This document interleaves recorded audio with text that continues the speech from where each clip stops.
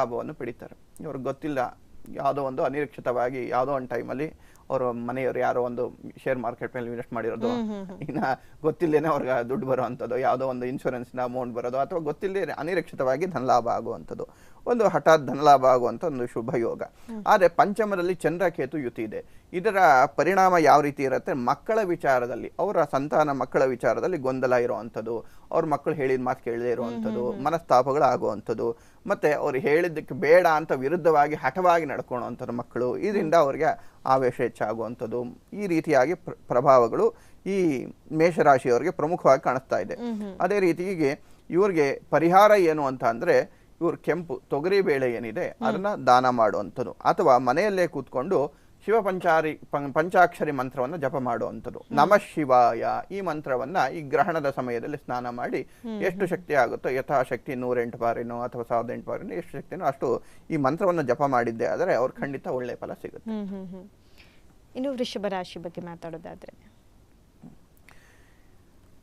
ಅದೇ ರೀತಿಯಾಗಿ ಈ ವೃಷಭ ರಾಶಿಯವರಿಗೆ ಈ 10ನೇ ಮನೆಯಲ್ಲಿ ಚತುರ್ಗ್ರಹ ಯೋಗ ಇದೆ.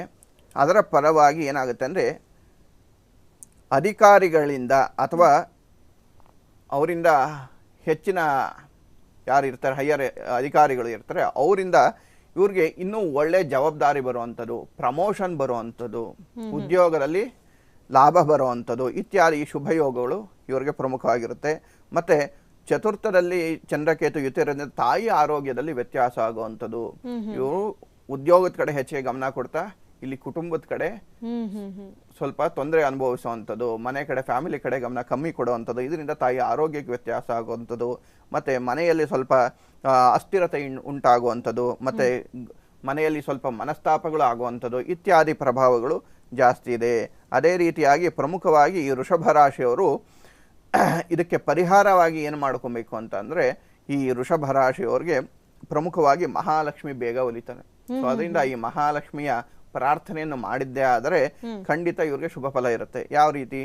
ಮಹಾಲಕ್ಷ್ಮೀ ನಮಃ ಈ ನಾಮ ಮಂತ್ರವನ್ನ ನೀವು ಜಪ ಮಾಡಿದ್ದೇ ಆದರೆ, ಅಥವಾ ಒಂದು ಬಿಳಿ ವಸ್ತ್ರ, ಈ ಬಿಳಿ ವಸ್ತ್ರ ತಗೊಂಡು ಅದಕ್ಕೆ ಅಕ್ಕಿ ಹಾಕಿ ಮತ್ತೆ ಅದನ್ನ ಈ ಲಕ್ಷ್ಮೀ ದೇವಸ್ಥಾನಕ್ಕೆ ಕೊಡುವಂಥದ್ದು, ಇದನ್ನ ಮಾಡಿದ್ದೇ ಆದರೆ ಖಂಡಿತವಾಗಿ ಈ ವೃಷಭ ರಾಶಿಯವರು ಅತ್ಯಂತ ಶುಭ ಫಲವನ್ನು ಪಡಿತಾರೆ. ಓಕೆ, ಇನ್ನು 3ನೇ ರಾಶಿ ಮಿಥುನ ರಾಶಿ ಬಗ್ಗೆ ಹೇಳೋದಾದ್ರೆ ಗುರುಜಿ. ಮಿಥುನ ರಾಶಿಯವರಿಗೆ ನೋಡಿ, ಭಾಗ್ಯಸ್ಥಾನದಲ್ಲಿ ಈ ಗ್ರಹಗಳ ಯೋಗ ಸಂಯೋಗ ಇದೆ.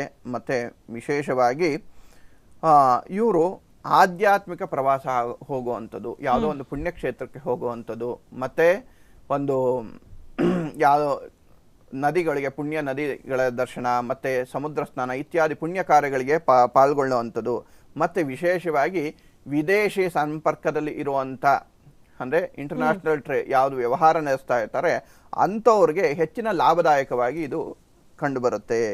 ಮತ್ತು ಮುಖ್ಯವಾಗಿ ಯಾರು ಬರವಣೆ ಕ್ಷೇತ್ರದಲ್ಲಿ ಇರ್ತಾರೆ, ಇವನ್ನ ಅಕೌಂಟೆಂಟ್ ಆಗ್ಬೋದು ಅಥವಾ ಕವಿಗಳಾಗ್ಬೋದು ಇತ್ಯಾದಿ, ಅವ್ರಿಗೆ ಹೆಚ್ಚಿನ ಒಳಿತಾಗುವಂಥದ್ದು, ಮತ್ತು ಅವರ ಹೊಸ ಆಲೋಚನೆಗಳಿಂದ ಹೆಚ್ಚಿಗೆ ಲಾಭ ಆಗುವಂಥದ್ದು, ಈ ರೀತಿಯಾಗಿ ಒಂದು ಒಳ್ಳೆಯ ಶುಭ ಫಲಗಳು ಈ ರಾಶಿಯವರಿಗಿದೆ. ಮತ್ತು ಪ್ರಮುಖವಾಗಿ ಇವರಿಗೆ ಪರಿಹಾರ ಅನ್ನೋದೇ ಅಂತಂದರೆ, ಹಸಿರು ಅಥವಾ ಹೆಸರು ಬೇಳೆ ಅಂತ ಏನು ಕರೀತಾರೆ ಅದನ್ನು ದಾನ ಮಾಡುವಂಥದ್ದು, ಅಥವಾ ಬುಧಾಯ ನಮಃ ಈ ನಾಮ ಮಂತ್ರವನ್ನು ಗ್ರಹಣ ಸಮಯದಲ್ಲಿ ನೀವು ಪ್ರಾರ್ಥನೆ ಮಾಡಿದ್ದೆ ಆದರೆ ನಿಮಗೆ ಶುಭ ಫಲ ಸಿಗುತ್ತೆ. ಇನ್ನು ಕಟಕ ರಾಶಿ ಬಗ್ಗೆ ತಿಳಿಸಿಕೊಡೋದಾದ್ರೆ ಗುರುಜಿ. ನೋಡಿ, ಈ ಕಟಕ ರಾಶಿಯವರಿಗೆ ಪ್ರಮುಖವಾಗಿ ಅಷ್ಟಮದಲ್ಲಿ